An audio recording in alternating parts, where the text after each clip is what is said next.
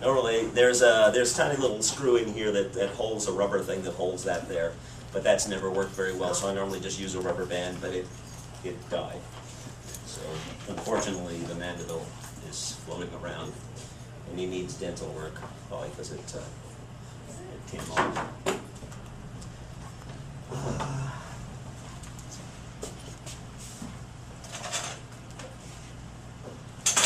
I said a minute ago that we'll be, I'll be lecturing and talking about anatomy a lot. I'll also be correlating it directly to drawing the figure. We're going to go right from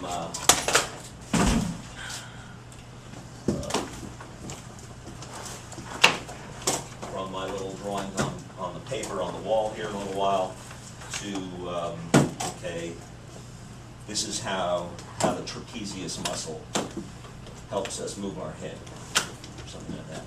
I'll have someone here for you to draw. And a lot of these words, they'll become second nature to you in a while because we'll be talking about them a lot. You're going to be doing a lot of research, trying to figure out, well, what does something look like? As I said, I'm going to talk a lot about anatomy, and one of the challenges that you all face is remembering it all. Anyone know how many bones there are in the body? You've heard the number like that once or twice in your life, but you probably don't remember it. Give or take, there's 205. Okay. Not every one of them is essential to you as an artist. Okay, but it's sort of good to know there's something there. There is some kind of structure formed there. And without the bones, and I talk about the bones quite a bit because that's probably the easier part, but I will bring in the muscular system a lot. Without the bones, we fall apart. Okay, it's nothing, we're jellyfish. 3/4 of the mammals or living creatures on the earth are vertebrate animals. That means we have a spine. The few that are, of course, jellyfish and that kind of thing. A little harder to draw, as they'll move around. Of course, the other things, cells, amoebas, that kind of thing. You dealt with that in biology class back in the early dark ages of your life. For us to draw the figure, we have to have some idea that this stuff is in there. I'm going to be demonstrating a lot with you, showing you a lot of drawings. I look for specific points to give me guides. Eliseo, you have flown on an airplane before? Okay. And where'd you go, by the way? Mexico, Guatemala, Europe. Oh, nice. I've been to Laredo. I'm that kind of world traveler.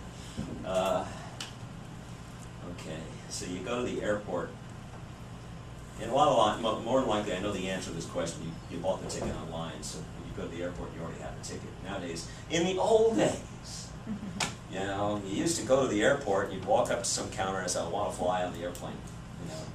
I need a ticket." And the guy on the other side of the counter looked at you and said, "Where do you want to go?" Well, the trick of everything is having some idea where you want to go. You just don't go to the airport and say, "Just give me a ticket," because they don't know how much to charge you. You wouldn't know what flight to get on, that kind of thing. So you have to know where you're going. And drawing is like that to me. Drawing is about, okay, here's where I am. Where do I want to go? I've got this much space to fill. What do I want to do with it? And the same thing correlates to the computer when you're going to do things in the machine. And so, like if I'm drawing the figure, and I will do this with you over and over and over again all quarter long. Here's the head up here, and the feet go down there. The arms are going over there. You got to kind of know where those parameters are. You got to know where those points to begin with are. Okay, she's in trouble. And then once you know that, then all you have to do then is start to fill in the gaps between. Okay? If here's the head and here are the feet, well then I just have to figure out all the crap that goes in between those 2 points. You know? And that's the challenge. Okay? There's a lot of 208 or 4 or 5 bones, give or take. You know? There are 3 little ones in the ear, who cares? You know? 32 vertebrae. Actually 13 ribs, but we only really have to pay attention to 10 of them. You know? 30 some odd bones just on the hand alone. Okay. 8 carpal bones, 5 metacarpals, you know, 1, 2, 3 times 5, 4 phalanges, and 2 on that one over there. Whatever that number adds up to, your mathematicians tell me. You know, all of those things. Pull up anything to sit on, by the way. See that thing? It's got a big cushion on it right over there in the corner.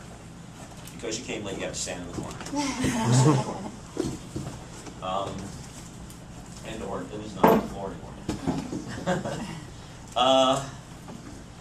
So as a result of that, our studies, and I mean that our studies, and I've been studying anatomy for some time, we should get some better idea of what all those things are, what their functions are, why certain things act or react the way they do.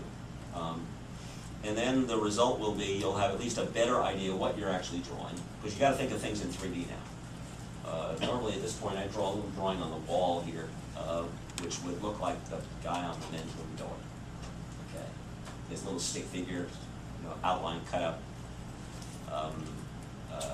gingerbread little guy, you know, who's very flat and just there. And the problem that we have to think about is we never will think about that the figure that way again. You get little kids together and they'll draw little gingerbread men kind of things or something like that, or girls. And we have to think things in 3D because we'll be working in programs that go in the 3D mode instantly. And so the trick, of course, is to have some understanding that this is the flat-on view that you guys see. Okay, but you can't see because you're looking at just the flat-on view, or you haven't been thinking about it that much. That there is something going on back here. Turn it sideways, and you actually see there's width there. Of course, we had the advantage over here. You saw it in 3/4 view. Okay, so you saw there is a front side over this way and a side this way. You know, all depending on your viewpoint in particular. Something is an awakening for a lot of people, and put that, stay there, that mandible in place there, and you realize that this piece of the spine, the upper part of our vertebrae, what are those called again? The 7th cervical vertebrae and our neck come out of a form. The torso is a 3D form. It's a round shape. And this becomes, well, our neck comes out of a round shape. This is a round shape. This is a round shape. And we get away from that, once again, cookie cutter idea that the figure is, you know, once again, a flat plane. We have to kind of just draw it standing up and upright. I've been after Will for a long time, make sure his figures start to look a little less stiff. And life drawing is the key to success for that. The shortcut for drawing is always looking at something. Not much different than the people that were sketching bison on the walls in the caves in France. Like, what is it, 30,000 years ago or something?